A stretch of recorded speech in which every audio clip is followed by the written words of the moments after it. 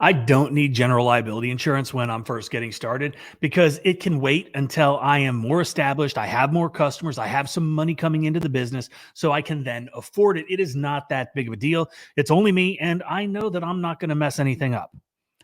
And that, ladies and gentlemen, is one of the dumbest things that can come out of anyone's mouth who is thinking about or contemplating starting a pressure washing business or any service business for that matter. Yet, I hear some variation of this almost every single day, and it needs to stop. And in this video, I'm going to walk you through exactly why that is absolutely false, why it is horrible advice if given, and most importantly, how not having the proper insurance in place could possibly destroy your business and your life. And you might be sitting there and saying to yourself, but Mike, how is not having insurance when I'm just starting my business going to destroy my life? Well, buckle up and let's get into it. So I think it's important to understand the different types of insurance and what protection they provide us as small business owners. And I'm going to be pretty brief and break down the most important things of each and give you a national average of what you might expect to pay. I'm going to keep it short. I'm going to keep it sweet because I've made a bunch of other videos going more in depth into business insurance. So if you want to get more information on that, just do a quick search on my channel and definitely subscribe, like, and leave a comment if you are enjoying what you're seeing. So there are three main kinds of insurance that you are going to need to understand. The first is general liability. The second is workers' comp. And then we're going to talk about the legal structure that also offers some protection. But before we get into that, if you are interested in how I land these giant jobs like the apartment communities, parking garages, hospitals, government contracts, and a bunch more high dollar commercial accounts, check out Local Domination 2, the 100K Blueprint. This is the most in-depth marketing course where we're going to teach you something that we have never taught before, the 4-phase BOA system that generates massive lead flow and monster jobs so you can dominate your market too. It is available now, and there is a link in the comment section and the description of this video.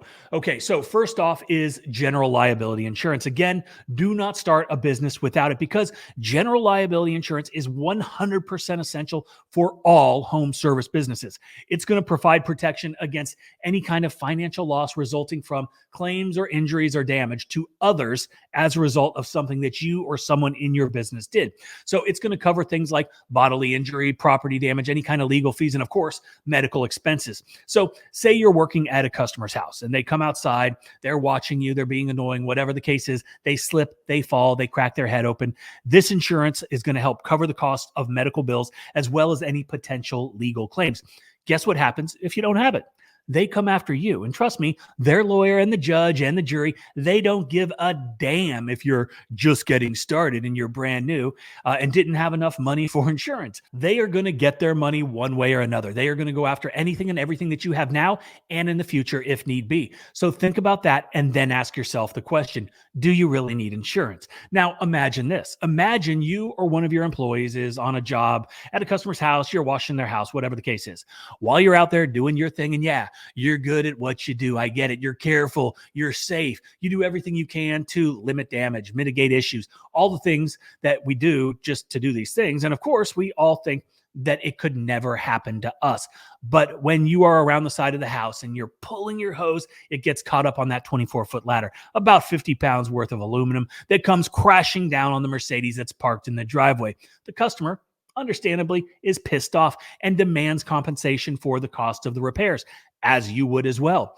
And if you don't have general liability insurance, you're personally responsible for covering the costs and repairs of that G-Wagon, and it ain't going to be cheap to repair, and the customer ain't going to the budget body shop. They are not heading to Mako, and they are going to need a rental car as well. And guess who's paying for that? You. And then what if this customer with the Mercedes is a complete prick? Then you could also be facing a potential lawsuit, which could lead to legal fees and court expenses. And if the customer wins the lawsuit, then you're paying for the repairs and all of their legal fees and yours.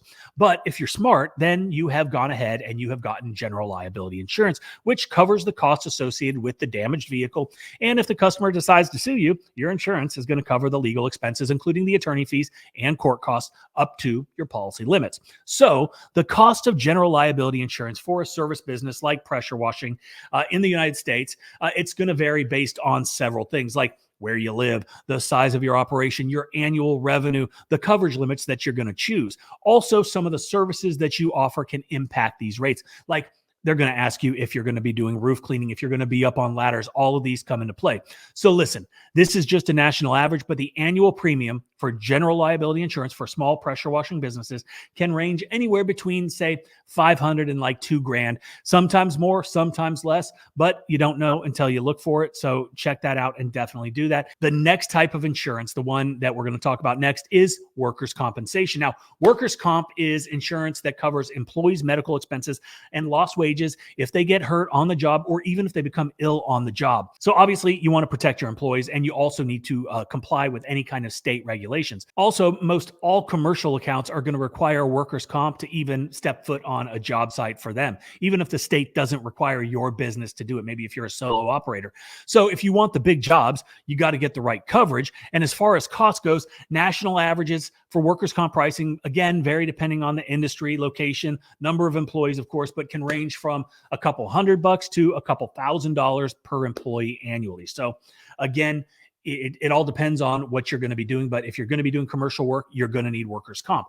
Okay, so let's talk about the legal entity that you have formed for your business. Most folks, when they're starting out, are going to form a limited liability company or an LLC. And this is basically, it's just a legal structure that gives you the flexibility of a partnership with the limited liability protection of a corporation. Essentially, what this does is it separates your personal assets from your business liabilities. So as an example, if a customer is going to sue you or your business for property damage during, say, a pressure washing job, and your business is structured as an LLC, your personal assets like your home and any kind of savings you have are going to be protected from being used to cover the business debts or any kind of legal judgment, the court costs, all of that stuff. Now, this separation of personal and business liabilities help protect your personal finances in case something goes bad with the business. This is not used in place of insurance. It is merely separating your personal assets from your business. And without this, all your shit can be gone if something goes south on the job. And now I'm going to tell you how I lost $45,000 because I was too cheap to buy workers' comp when I first started my business. And if you guys have watched the channel for any amount of time, you know that I bought this business from a friend. I took out an equity line on my house to pay for it. I was on a tight budget. This was a long time ago, but I was always good at networking. I was always good at marketing. I was always good at sales. And we had been doing mostly commercial work like sidewalks and dumpster pads, receiving areas at local restaurants, essentially all route work, a consistent recurring business and revenue, which is great. But when I bought the business, I was still, like on a shoestring budget. I didn't get workers' comp, only general liability. So I was at this local business networking event and I got to talking with this guy who was a commercial developer in town. We hit it off and he was telling me that they had just finished up this big job for the government. It was a gigantic multifamily home, HUD housing project type thing. And they were in the process of looking for post-construction cleanup, pressure washing. And he said that he had a guy who was going to do it. They quoted $45K, which was a big number back then. And he had said that he, in the past, had not been that reliable. The work quality wasn't there, and wanted to know if we could match that price and get the job done. Of course, I needed to see it in person, but as you can imagine, as a new business owner, this was going to be a huge payday, a huge win for us. So I committed. We got it on the schedule, which was super tight because they needed to have the final inspection so they could get paid.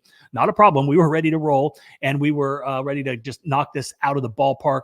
And then they asked for the certificates of insurance, the W-9, the normal things. So I sent it all over. The next call I get was, where's the workers' comp?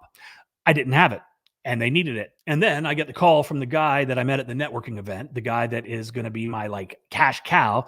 And I had to tell him that I didn't have the insurance, that I didn't have it. And I didn't tell him that I was too cheap and didn't buy it, but the bottom line was I lost out on $45,000 because they needed the job done immediately. He had somebody that had the insurance, even though he wasn't reliable, but he was insured properly, unlike myself. And because of that, I walked away from a sizable chunk of money. Now, what I want you to ask yourself now is, was it worth it? And the answer is no. So if you're starting a business, you need the insurance. You need the right insurance. You need the general liability insurance. You need the workers' comp insurance. And you need to form a legal entity which is going to protect yourself. I hope you enjoyed the video. Do not forget to give it a thumbs up. Leave me a comment. Tell me whatever. What else do we want to talk about? Check out Local Dom 2 and Quote IQ. Come on.